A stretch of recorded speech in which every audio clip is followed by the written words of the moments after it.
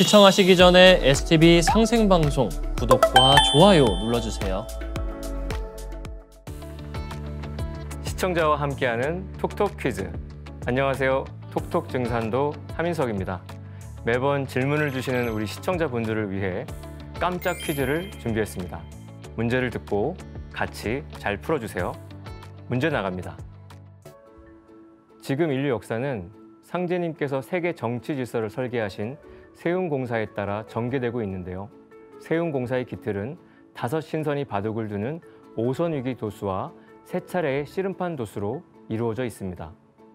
씨름판 도수 중에서 일러 전쟁과 제1차 세계대전으로 실현된 씨름을 무엇이라고 할까요? 1번 천하장사 씨름, 2번 애기판 씨름. 톡톡 증산도를 재미있게 보신 시청자분들께서는 아주 쉽게 맞추실 수 있을 것 같은데요. 정답을 맞추신 분들께는 다양한 선물이 준비되어 있으니 많은 참여 부탁드립니다.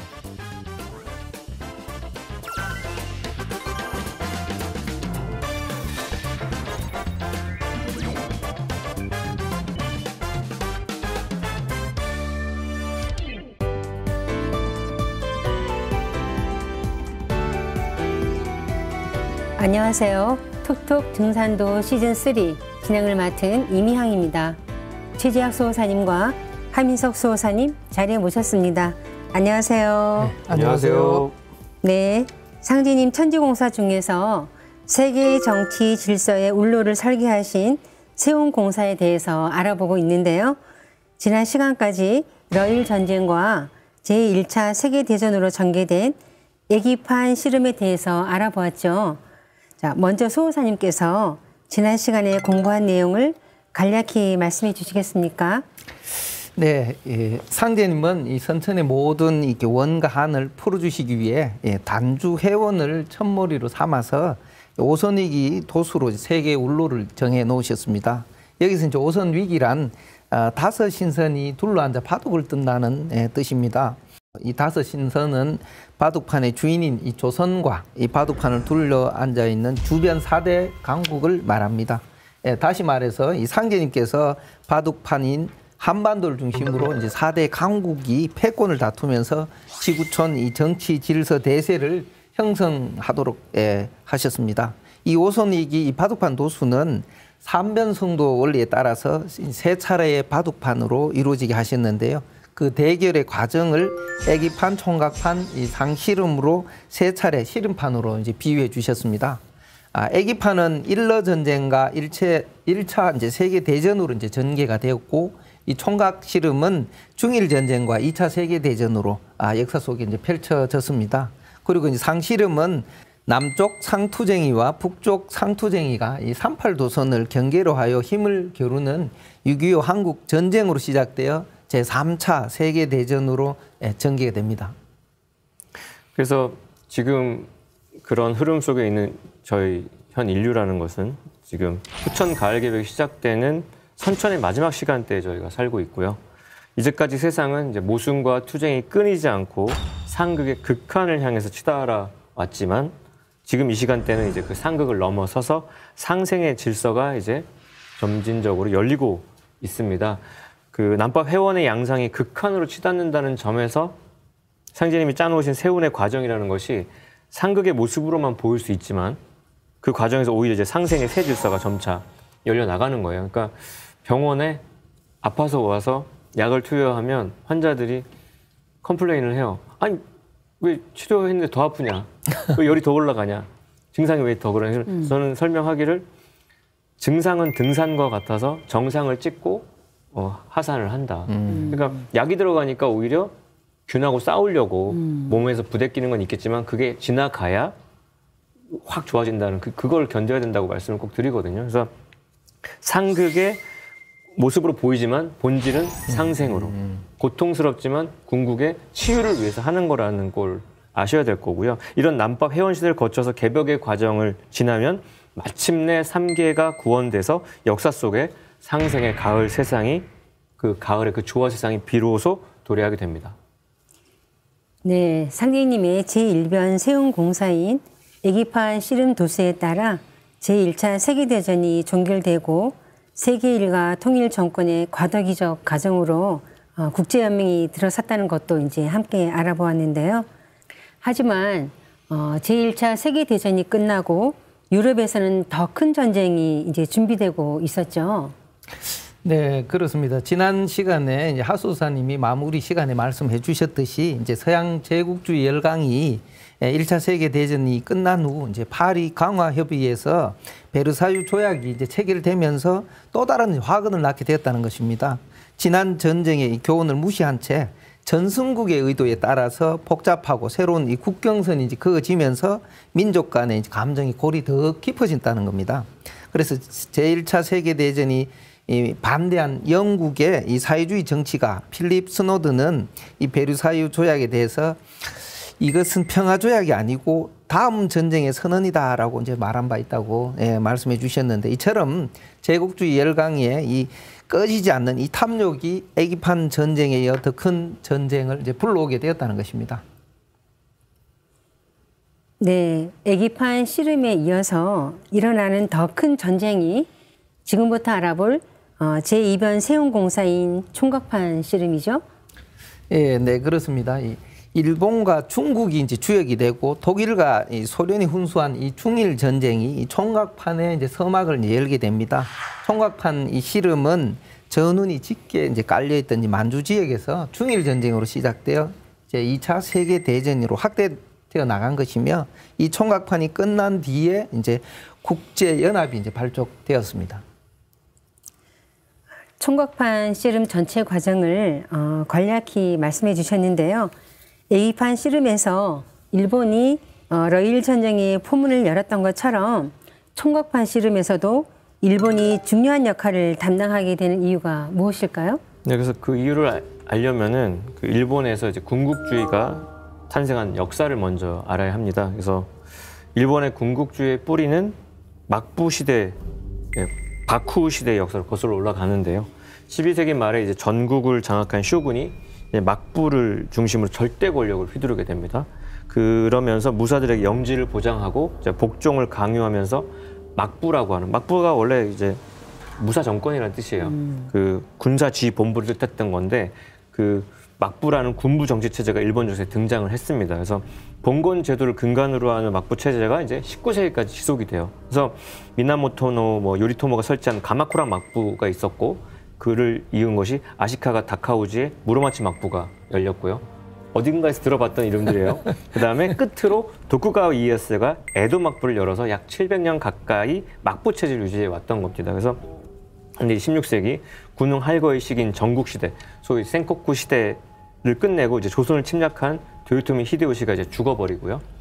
그리고 다시 권력을 뺏기 위한 쟁투가 일어나게 되는데, 그 권력 쟁투에 승리한 자가 바로 도쿠가와 이에야스고요. 그 도쿠가와 이에야스가 도쿄 옛 이름인 에도의 새로운 막부를 조직해줘. 그 조직한 에도 막부에서는 도쿠가와 가문 대대로 이어지는 쇼군을 정점으로 여러 대신들이 이제 정무를 담당하고, 지방에는 번주, 영주가 있는데 그를 이제 다이묘라고 불렀거든요. 그 다이묘가 거의 완전한 자치권을 부여받아서 무사들을 거느리고 절대 권력을 행사하는 집권적 어떤 지배체제인 막번 어떤 제도가 정립이 되었던 그런 역사적 흐름이 배경에 깔려 있습니다. 그렇게 그 굳건했던 일본 막부 시대도 서양 제국주의 세력에 의해서 결국 문을 닫았죠. 네, 그래서 18세기에 이르러서 이제 에도 막부는 서양으로부터 개항을 요구받았어요. 근데 접촉을 꺼리죠. 우리나라가 이제 쇄국 정책했던 것처럼 1853년도에 다시 미국의 그 페리 제독이 군함 4척을 이끌고 도쿄만에 나타나서 이제 개국을 요구하니까 이듬해 이제 막부가 이제 쇄국을 포기하고 미일 화친 조약을 맺습니다. 그래서 이제 시모다와 이제 하코다테를 개항을 해요. 이어서 여러 서구의 열광들하고 이제 조약을 맺게 되는데, 이후에 막부에 대한 비판이 이제 끊이지 않게 되고요.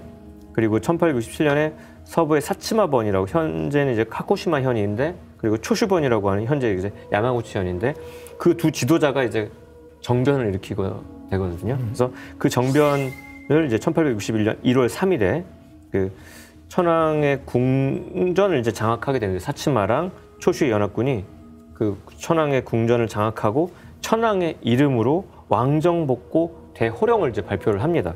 그러면서 수립된 정권이 바로 메이지 정부예요. 그래서 메이지 정부는 이제 기존의 그 막번 체제를 이제 무너뜨리고 정치 사회 제도를 대변역하는 소위 메이지 유신을 이제 감행을 하고요.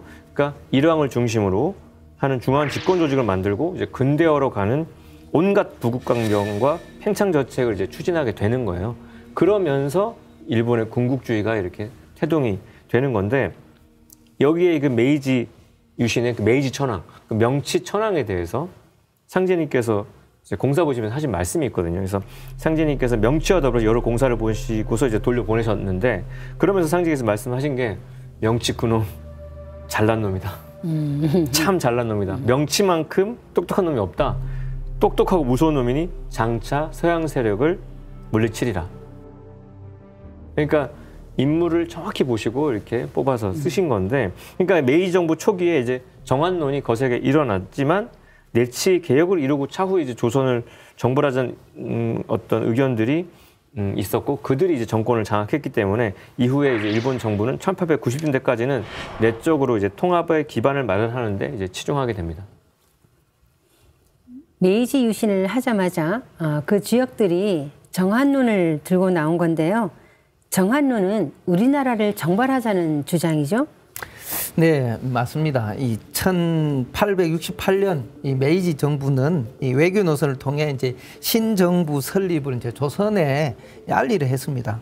당시 이제 조선의 실권자인 흥선대원군은 이제 외교 문서 접수조차 이제 거부를 하게 됩니다. 이에 이제 이 신정부에서는 정한론이 이제 제기되기 시작되었습니다.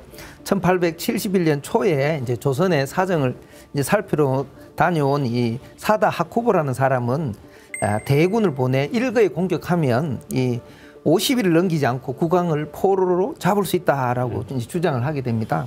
그 이후에 이제 1873년에 이 정한론을 둘러싸고 정부 수뇌부 간에 이제 분열이 일어나기를 시작하게 됩니다.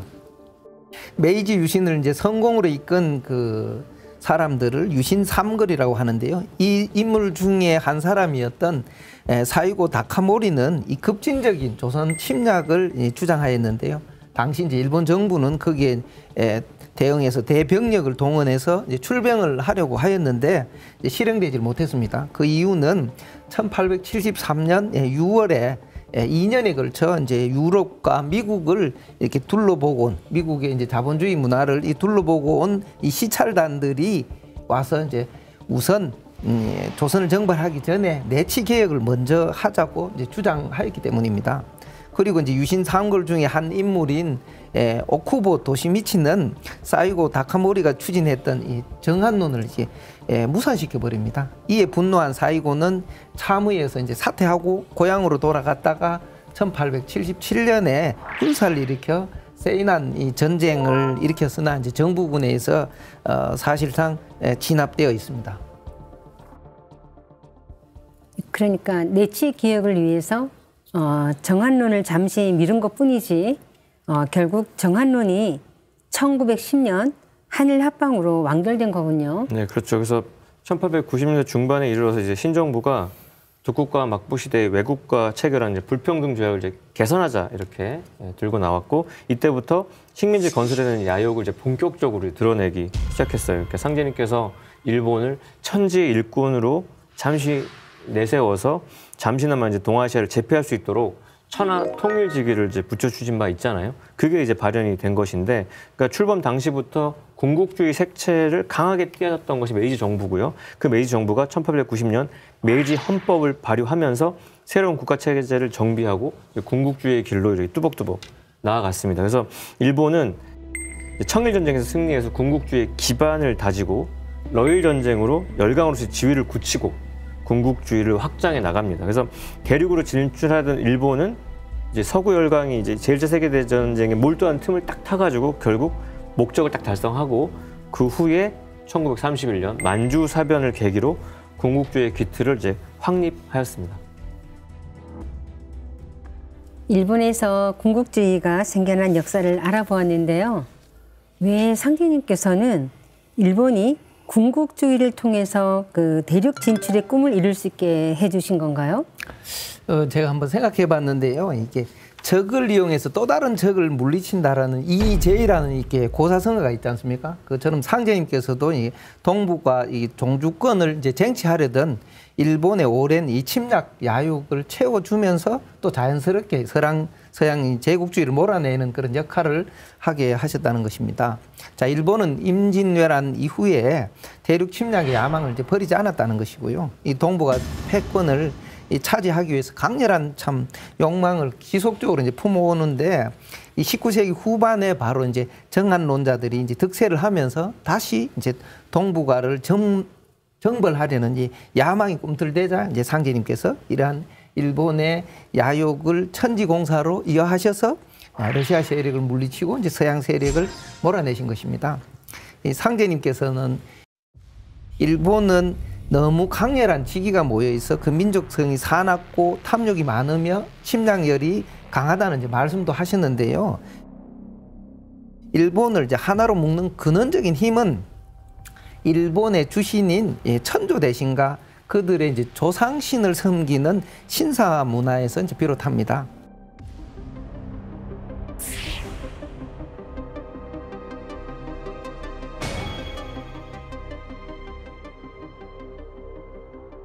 일본 신사하면 태평양 전쟁을 일으킨 그 전범자들을 신으로 모시고 있는 야스쿠니 신사, 최근 뉴스에도 나오던데요. 그것만 있는 것이 아니라 일본에는 10만여 개의 이제 신사가 있고 그 구심점이 되는 신사가 바로 이즈모 대사와 이세 신궁입니다. 일본은 이렇게 조상신을 숭배하는 일체된 마음과 또 천황을 또 신으로 섬기는 이 황국사관을 바탕으로 아시아를 넘어 지구촌을 정복하고자 했던 이 태평양 전쟁을 일으켰습니다. 서양 제국주의 세력처럼 일본 군국주의 세력도 태생부터 침략욕을 가지고 있었다고 볼 수 있을 것 같은데요. 애기판 씨름의 주역으로서 러일 전쟁과 제1차 세계대전에서 승승장구한 일본이 이제 총각판 씨름의 포문도 열게 되죠. 네, 그렇습니다. 이 관련된 이 도전 말씀을 하나 살펴보면요. 장차 일청전쟁이 2번 일어나리니 첫 번째는 천국이 패하고 말 것이요 두 번째 일어나는 싸움이 10년을 가리니 그 끝에 일본은 패하여 쫓겨 들어간다라고 이제 말씀해 주셨습니다. 일본은 이 상제님께서 이제 붙여주신 이 천하 통일지기를 타고 애기판인 제1차 세계대전 이후에 국력이 이제 급속도로 이제 성장을 하게 되는데요.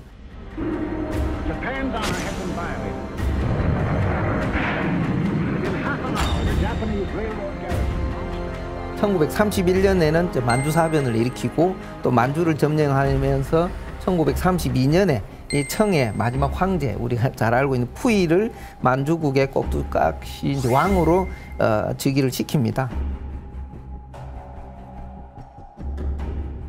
그리고 난 다음에 일본의 이 침략 행위는 국제 연맹에서 이제 제지하려고 했지만 국제 연맹을 탈퇴해 버리고 대륙의 이제 침략을 열을 더더욱 이제 올리게 됩니다.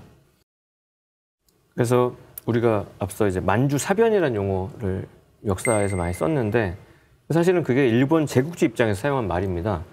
사변이라고 하면 이제 국내 문제로 국한하는 거예요. 옛날에 6.25 사변. 근데 일본은 만주 사변을 이제 중국 내 문제로 한정해야 된다고 강변하면서 만주 사변이라는 용어를 쓰지만 이는 엄연히 일본이 중국을 이제 침략한 사건이거든요. 그러니까 언어의 이 왜곡의 그 어떤 삐딱한 마음이 의도가 저희가 숨어 있는 거죠. 그래서 분명히 이 국가 간의 전쟁이기 때문에 이 사변이 될 수 없다.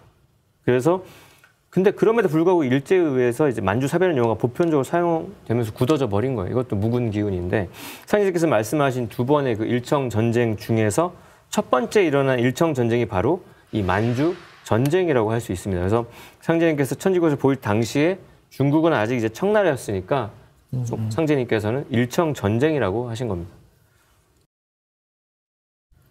만주 사변, 즉 일청 전쟁으로 시작된 일본의 대륙 침략은 여기서 그치지 않고 상제님 천지공사에 따라 그 두 번째 일청 전쟁으로 비화되었죠.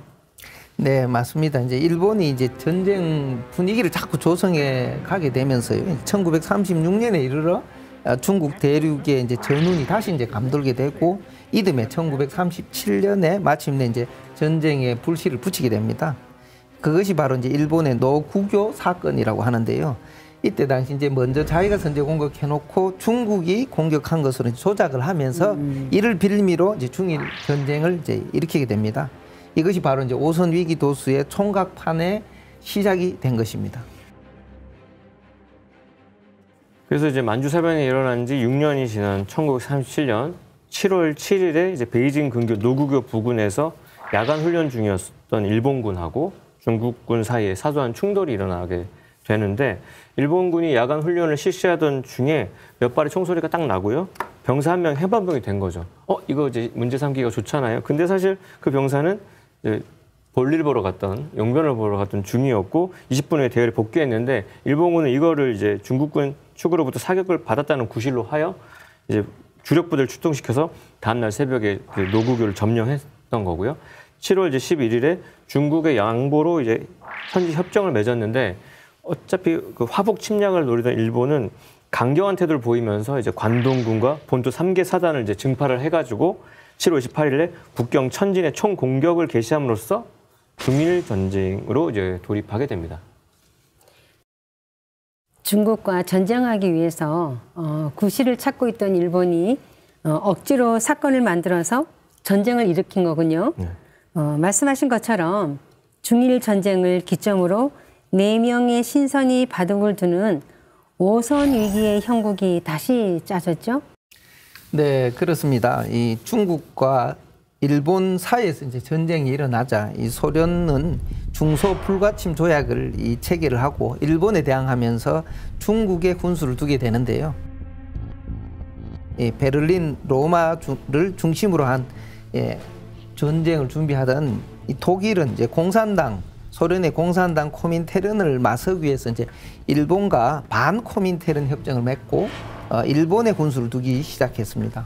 당시 독일의 히틀러는 1936년 3월 7일 라인란트 비무장을 결의한 조약을 파기하고 이곳에 군대를 진주시키며 재무장을 단행하고 있었습니다.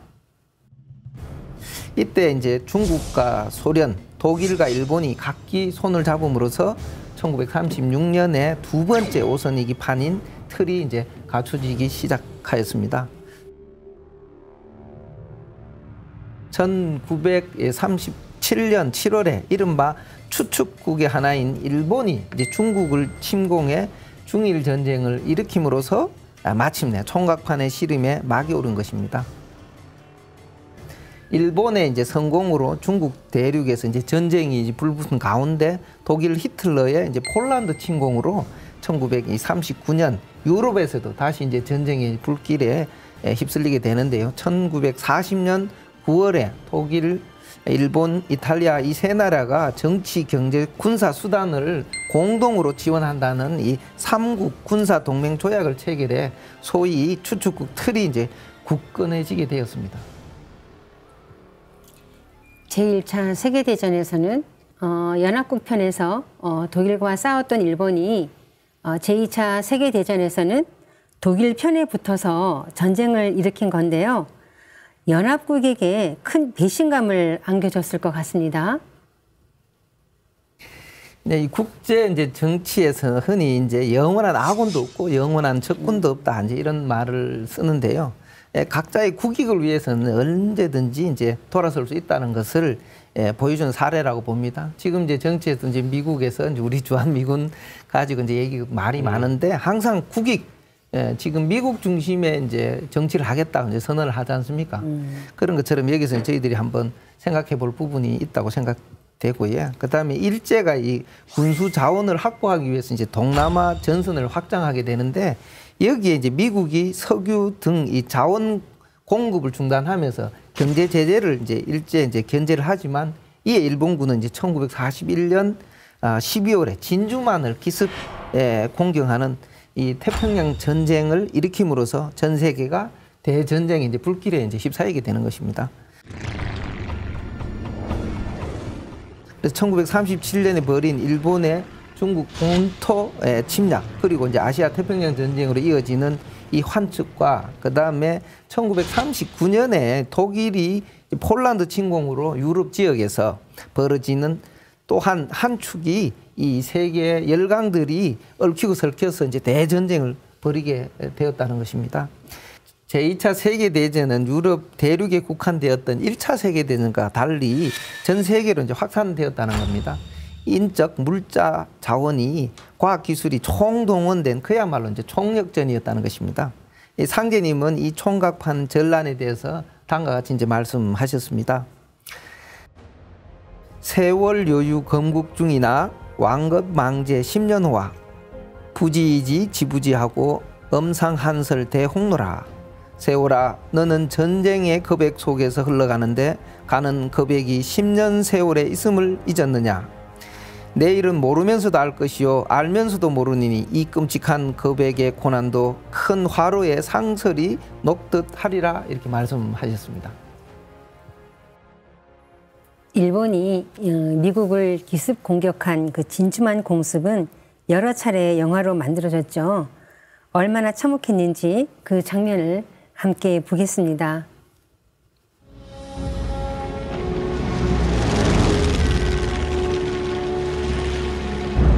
Warning of Japanese aggressive movement.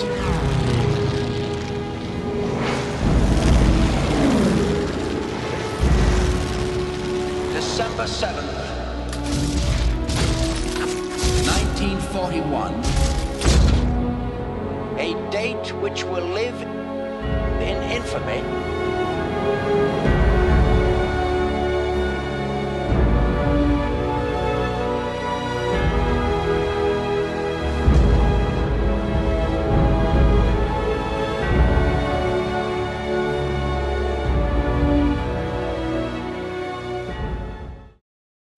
네, 상제님께서는 전쟁의 겁액이 10년 세월에 있다고 하셨는데요. 1936년 중일전쟁부터 1945년 제2차 세계대전이 종결되기까지 정확히 10년의 세월이 걸렸죠. 자, 이것을 볼 때 상제님께서 설계하신 천지공사 그대로 1.1획의 오차도 없이 인류 역사가 전개되었다는 것을 알 수 있습니다. 네, 그렇습니다. 그래서 상제님께서 일본에게 천하 통일의 기운을 붙여주신 결과로 일본은 불과 이제 3개월 만에 동남아시아 대부분을 집어삼켰어요. 이른바 대동아 공영권을 이제 기치를 내걸고서 다 통합을 해버렸는데, 이로써 일본은 아시아에서 서양 세력을 물리치고 패권을 이제 장악하게 되었습니다. 근데 여기서 일본의 오만이 그치지 않았다는 거. 그래서 메이지 유신 이후에 근대 문명을 전하여 개화를 이끈 스승의 나라가 미국인데 그 스승을 집어삼키려 달려들었습니다. 그게 1941년 12월 7일 우리가 알고 있는 진주만 공격이죠. 제가 또 신혼여행은 또 하와이로 가가지고 그리고 또 진주만을 가봤잖아요.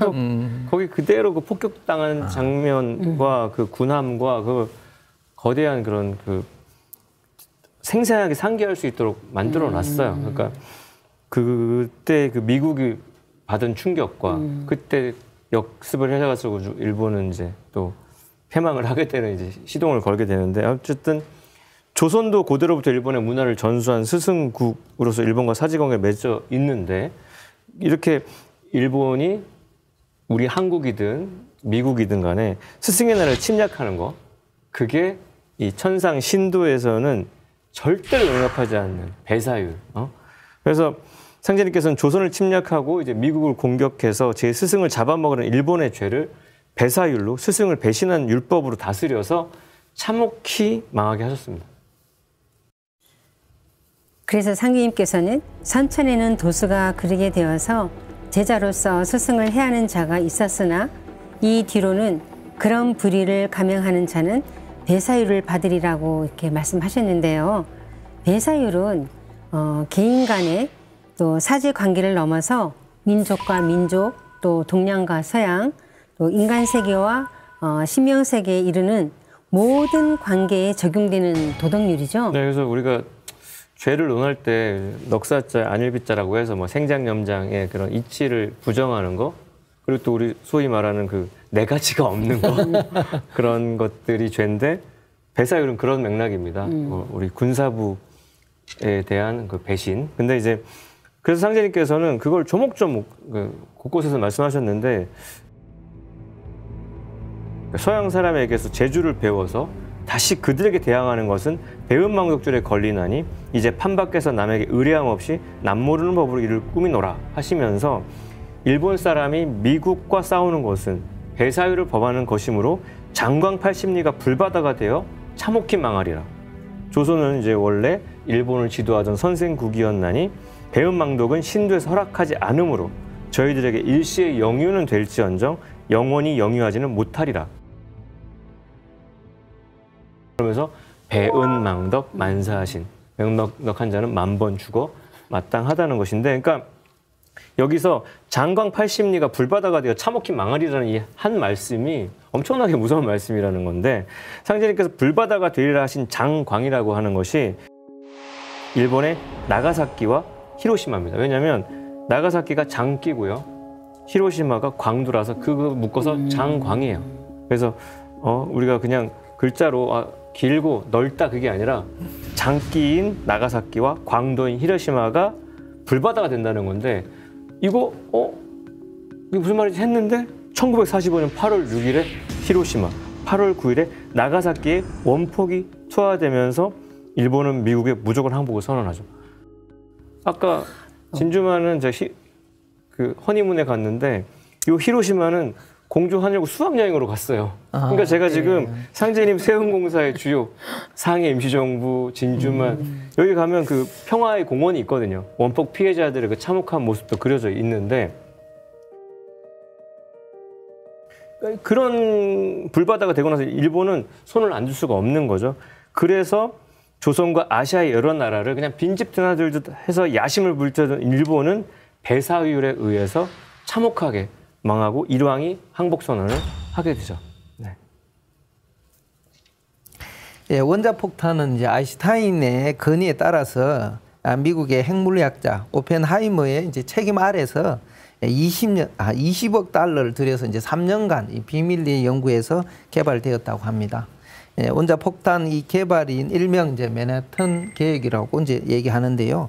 원래 목표가 이제 독일의 나치를 이제 멸망시키기 위해서 준비했다가 독일이 이제 1945년 5월에 연합군에 이제 백기를 들자 이제 유럽에서 이제 전쟁이 끝나버리니까 더 이상 쓸 수 없었는데 일본이 진주만을 공격하자 이제 거기에 이제 사용하게 된 것입니다. 당시 이제 미국 폭격기가 일본 본토를 한 150개 도시를 무차별 공격했지만 일본은 이제 항복 요구를 거부하며 끝까지 이제 항전하게 됩니다. 네, 미국이 원자폭탄을 개발하고 투하한 과정을 다룬 영화가 오펜하이머죠. 근데 원자폭탄 개발 과정을 정말 실감나게 그렸더라고요.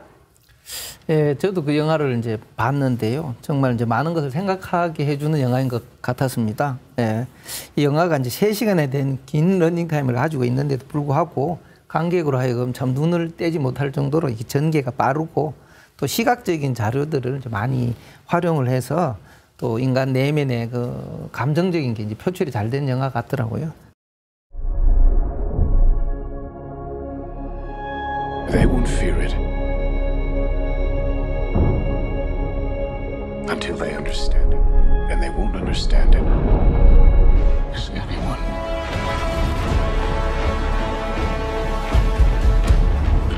ever going to tell the truth about what's happening here.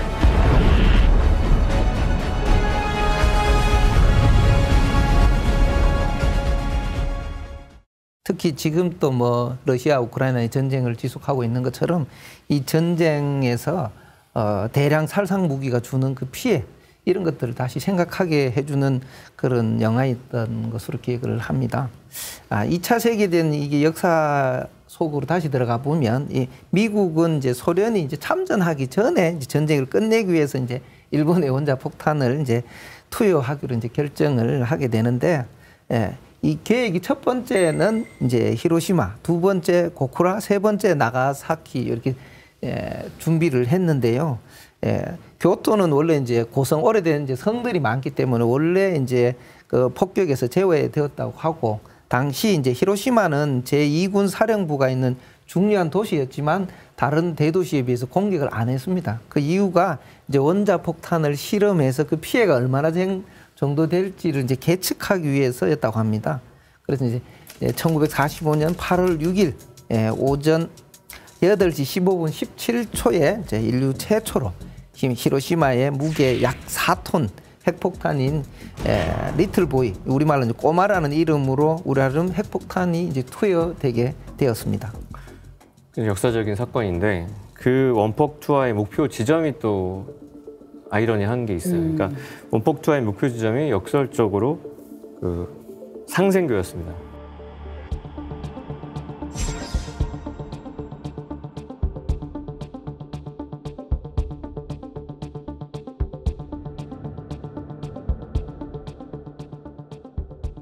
상생은 서로 살린다는 뜻인데 상극의 극치의 상징물이 상생교에 이제 떨어지게 되는 거죠. 앞서 말씀드린 대로 상극의 목적은 상생을 위한, 전쟁의 목적도 평화를 위한. 그래서 상생의 세상을 열기 위해서는 선천의 묵은 역사를 송두리째 뿌리 뽑아야 한다는 것을 이제 냉엄하게 보여준 이벤트였다 볼 수 있고요. 그러니까 상제님 공사의 그 약간 유머 감각일 수도 있고 굉장한 일침일 수도 있는 것 같아요. 상생교에 원폭을 투하했다는 것이. 그래서 번쩍이는 섬광과 함께 이제 버섯구름이 이제 피어오르자 순식간에 히로시마가 죽음의 도시로 이제 변했고요.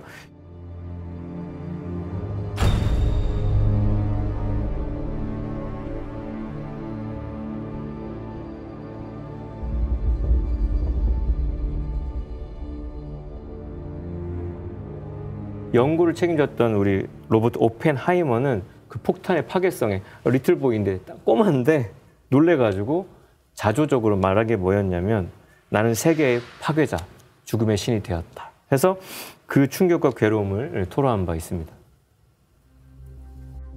We knew the world would not be the same.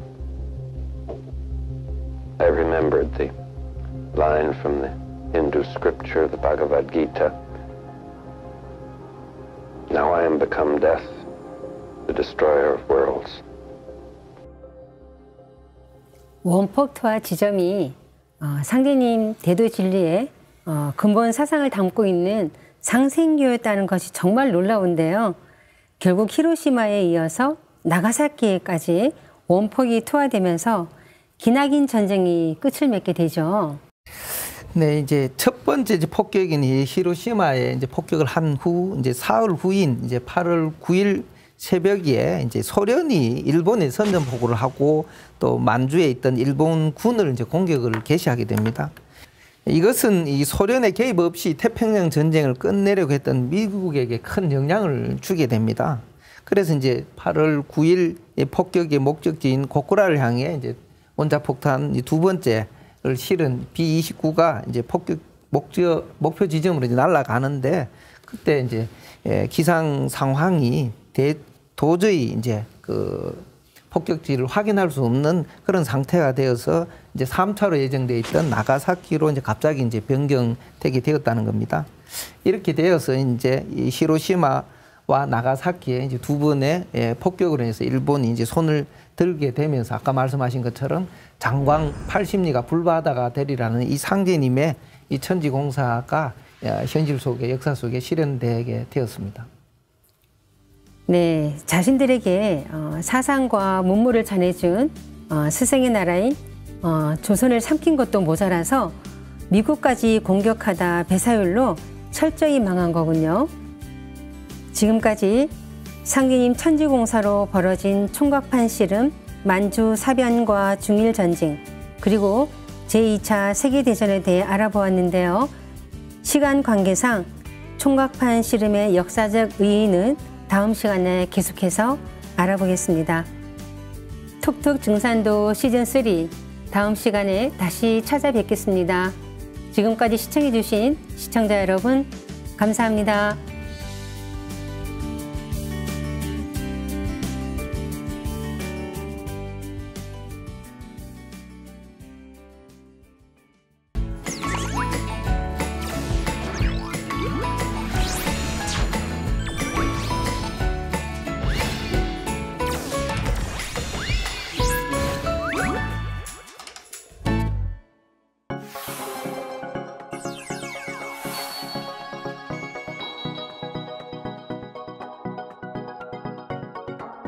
감사합니다.